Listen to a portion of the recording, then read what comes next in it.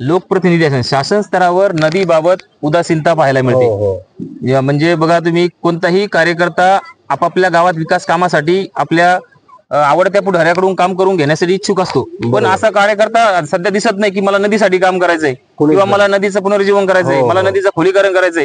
आपण बघत आहोत कोकणामध्ये नदी नांगरतात, म्हणजे आपण जशी शेतीची नांगरणी करतो तशी नद्या नांगरतात, कारण नदी नांगरल्यामुळे ते पाणी जिरून आपल्यालाच काम येतं।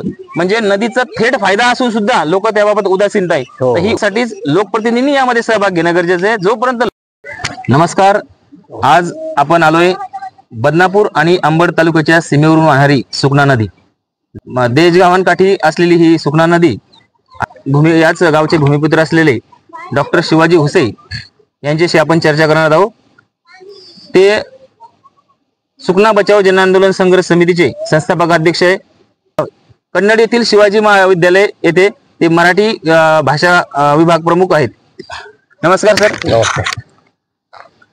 आज आपण बघतोय की सुकणा ही जी नदी आहे हिला गतवैभव प्राप्त करून देण्यासाठी तुम्ही सुकणा बचाव जन आंदोलन संघर्ष समितीची स्थापना केली, बरोबर हो। आणि या गतवैभव प्राप्त करून देण्यासाठी जो मोठा युवा वर्ग असेल प्रत्येक क्षेत्रातले तुम्ही लोक घेतलेले, तर याचा म्हणजे याच्या भविष्यातील काय रूपरेषा राहणार आहे? आता आपण गेल्या लॉकडाऊन पासून सुकणा बचाव जन आंदोलन संघर्ष समितीची स्थापना केली आणि या समितीच्या माध्यमातून सुकणा नदीला जी अवकाळ प्राप्त झालेली आहे आजच्या काळामध्ये, ही अवकाळ नष्ट व्हावी आणि सुकणाला पुन्हा गतवैभव प्राप्त व्हावं, तिथं पुनरुज्जीवन व्हावं, या उद्देशाने अनेक उपक्रम आपण या निमित्तानं हाती घेतलेले आहेत।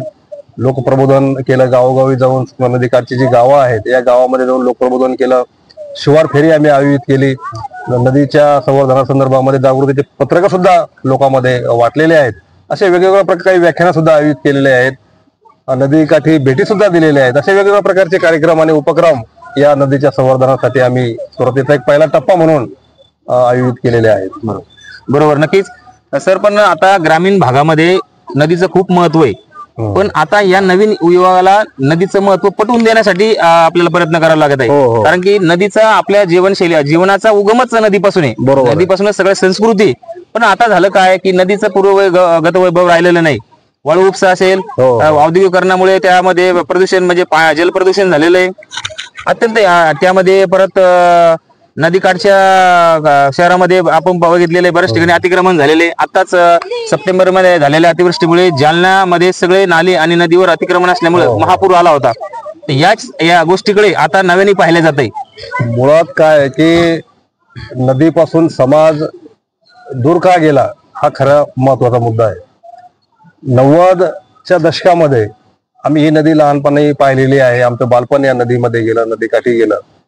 त्यावेळी खूप पाऊस पडायचा, भरपूर पाऊस पडायचा, झाडी मोठ्या प्रमाणामध्ये होती। कालांतराने काय झालं की दिवसेंदिवस पाऊस कमी होत गेला, पर्जन्यमान कमी होत गेलं आणि त्यामुळे नदी वाहायची थांबली। दरम्यानच्या काळात इथे त्यापूर्वी मोठा धरण झालं, सुकणा प्रकल्प झालेला आहे गारखेडा बाळगावच्या परिसरामध्ये, आणि नंतर पाण्याचं प्रमाण खूप कमी होत गेलं, पावसाळे कमी होत गेले, पर्जन्यमान कमी होत गेले आणि ही बारमाही वाहणारी नदी ही हंगामी झाली। अगदी पावसाळ्यामध्ये सुद्धा अगदी 1-2 पूर या नदीला यायचे, अशा प्रकारची परिस्थिती निर्माण झाली। आणि तुम्ही म्हटल्याप्रमाणे की वाळू उपसा असेल, जंगलतोड असेल, या सगळ्या गोष्टीमुळं समाजाचं फार मोठं दुर्लक्ष, कारण नदी ही केवळ नदी नाही, ती एक प्रवाही असलेली एक संस्कृती आहे, संस्कृती प्रवाही करणारी एक मोठी संस्था आहे। तर आपल्या सगळ्या धार्मिक विधी नदीकाठी व्हायच्या, नदीमध्ये व्हायचे, पूर्वी दावं सुद्धा या नदीमध्ये व्हायचं, एवढंच नाही तर आसरा नदीकाठी असायचे, असे अनेक धार्मिक उत्सव या नदीमध्ये व्हायचे। आम्ही पाहतो की बाळकृष्ण महाराजांचा मठ आपल्या समोर आहे, इथे दिंडी यायची मठाची वेगवेगळ्या कार्यक्रमाच्या निमित्तानं आणि इथून मग गावामध्ये मिरवणूक व्हायची।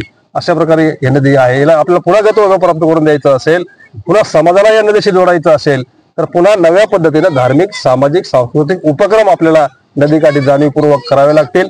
शाळेतल्या विद्यार्थ्यांना आपल्याला नदी दाखवायला आणावं लागेल, तरच खऱ्या अर्थानं हा समाज आणि ही नवी पिढी नदीशी जोडल्या जाईल।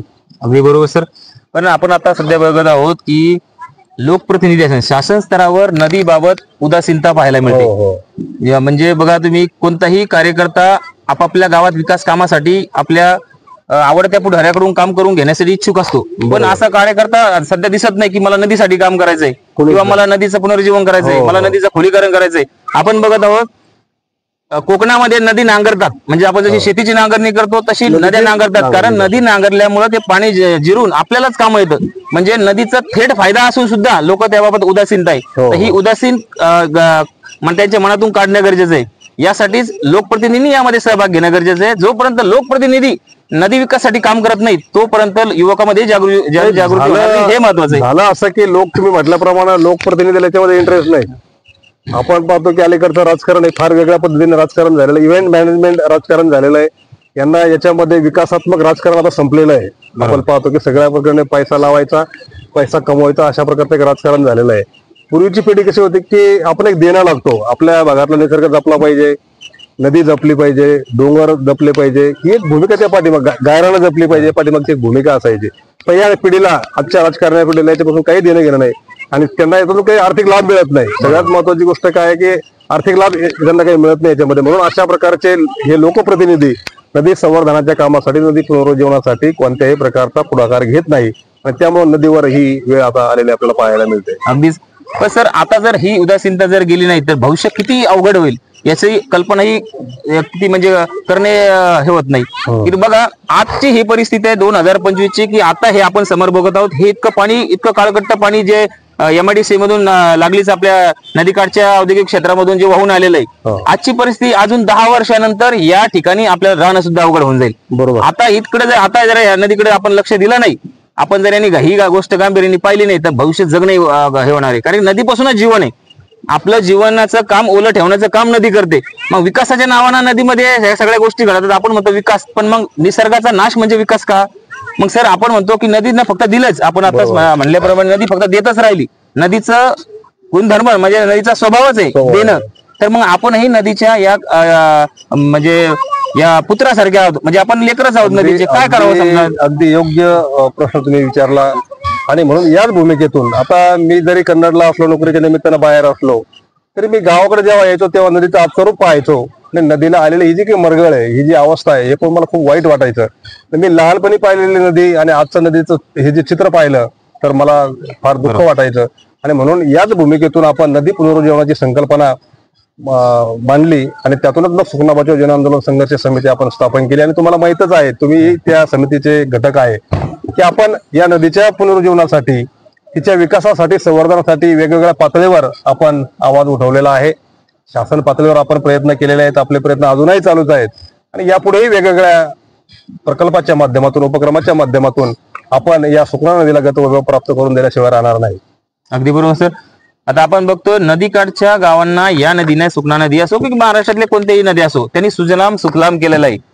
पण आपण तिचा एवढा फायदा असून सुद्धा आपण हे त्याच्याकडे थोडं दुर्लक्षित करत आहोत. सरांनी आता सांगितलं की सुकना नदीच्या माध्यमातून आम्ही सगळ्या नदीकाठच्या शेतकऱ्यांना, युवांना, सगळ्या ज्येष्ठ मंडळीला प्रत्येक क्षेत्रातील सोबत घेऊन नदीचं काम करणार आहे.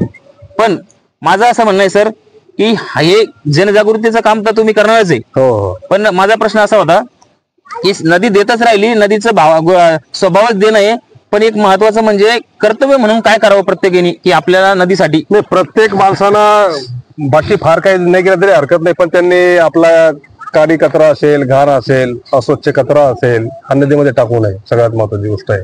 नदी काठी आपण नदी घाण कोणी केली, आपणच जबाबदार आहे त्याला. नदीचं हे जे चित्र बदललं कशामुळं? आपण घरी कपडे धुतो, ते साबणाचं पाणी असेल, बाकी सगळ्या ज्या गोष्टी आहे, आपल्या शौचालयाचे शोष खड्डे आपण अशा पद्धतीनं प्रवाही केलेले आहेत. सांडपाणी सगळं नदीमध्ये सोडलेलं आहे, घनकचरा नदीमध्ये आणून टाकला जातो ठिकठिकाणी. आणि या सगळ्या गोष्टीमुळं याला जबाबदार आपणच आहोत.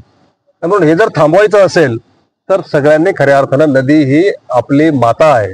नदी ही केवळ आपल्याला पाणी नदीपासून मिळतं एवढं नाही, नदी संस्कृतीचं जतन करते, नदी आपल्याला खूप काही देते. ही आपली माता आहे. जसं आपण आईची काळजी घेतो तशी प्रत्येकानं नदीची काळजी घेतली पाहिजे. आणि म्हणून जे प्रत्येकाचं कर्तव्य आहे, त्यामध्ये किंवा काही ठराविक लोकांनी पुढे येऊन एकत्र येऊन त्यामध्ये काही करावं असं नाही, तर प्रत्येक नागरिकाचं कर्तव्य आहे की ही नदी जपली पाहिजे, ही नदी आपली आहे, ही भूमिका प्रत्येकाची असली पाहिजे. तरच मला असं वाटतं की नदी शिल्लक राहील.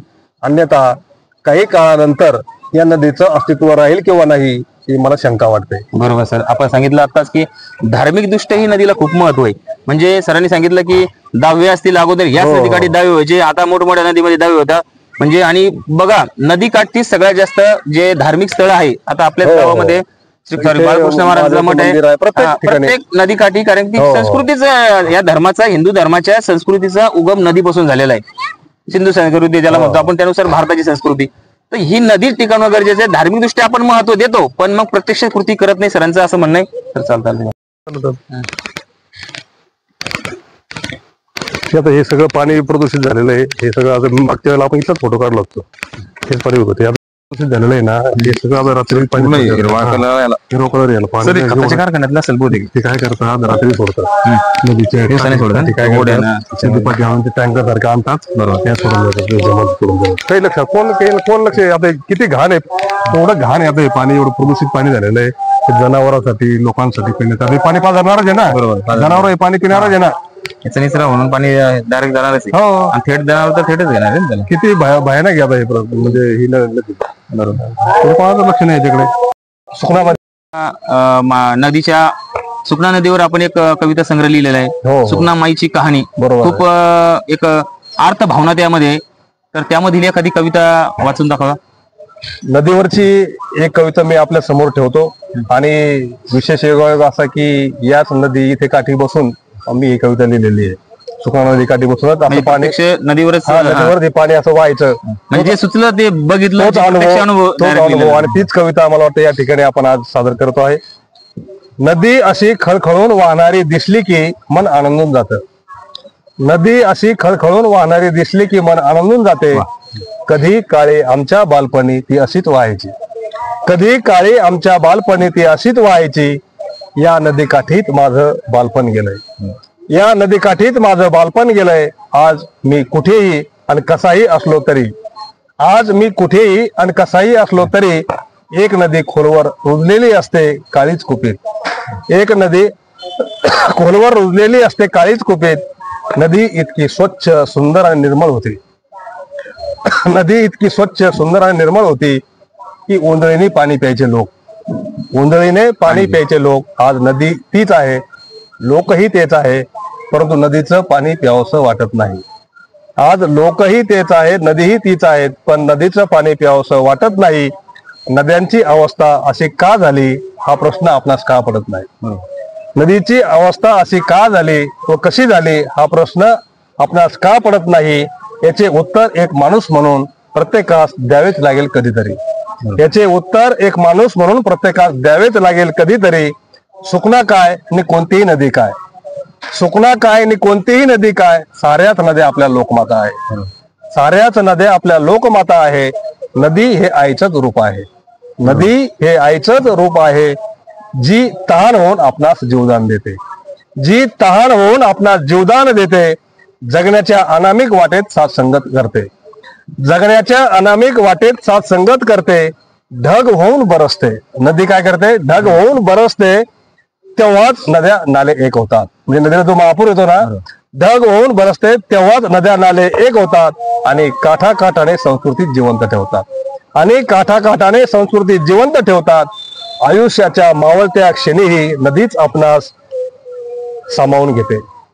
आयुष्याच्या मावळत्या क्षणीही नदीच आपणास सामावून घेते. आपल्या कुशीत कायमचं. आयुष्याच्या मावळत्या क्षणीही नदीच आपणास सामावून घेते आपल्या कुशीत कायमचं.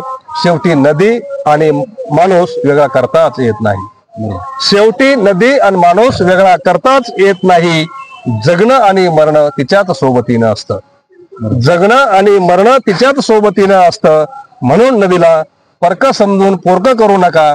म्हणून नदीला परक समजू नका, पोरक करून परक समजू नका. कारण नदी ही आपली माय आहे. नदी ही आपली माय आहे. नदी ही आपली माय आहे. अप्रतिम सर, आपण सांगितलं की प्रत्येकाच्या हृदयामध्ये, काळजाच्या कुपीमध्ये एक नदी असते. आणि ती नदी जपणं गरजेचं आहे. जसं आपण बघतो मायेप्रमाणे उजळीतून आपल्याला पाणी पाजलेलं असतं, त्याच आज ते पाणी आज पियावंसारखं वाटत नाही. म्हणजे एक आत्मपरीक्षण करण्याची आपल्याला सध्या गरज आहे. आणि यातूनच आपल्याला या सर्वच या घडामोडी बघता आपल्याला नदी वाचवण्यासाठी पुढाकार घेणं गरजेचं आहे. मी सर्व सुकनाकाठच्या गावांना आवाहन करतो की सुकना बचाव जन आंदोलन संघर्षामध्ये सामील व्हा आणि आपल्याला जीवनदायी असलेली ही सुकना मातेला वाचवण्याचं काम आमच्या सोबत करायला तुम्ही आपण हा उपक्रम आता घेतो आहे, त्या निमित्ताने उद्या आपण सगळ्याशी संवाद साधणार आहोत. सुकणासाठी सुकणाकाठी हा उपक्रम आपण आता समितीच्या वतीने आपण करतो आहे आणि उद्या त्या नदीकाठच्या जे गावं आहेत त्या लोकांशी आपण संवाद साधणार आहोत, त्यांना या उपक्रमामध्ये सामील होण्याचं आवाहन करणार आहोत आणि दिवाळीच्या निमित्तानं त्यांना भेटी. या ठिकाणी नदी ही संस्कृती जपणारी गोष्ट आहे, म्हणून दिवाळीच्या निमित्तानं आपण पुन्हा एकदा नदीकडे समाजाला जोडण्याचा प्रयत्न या निमित्तानं करणार आहोत. मनपूर्वक धन्यवाद. नमस्कार.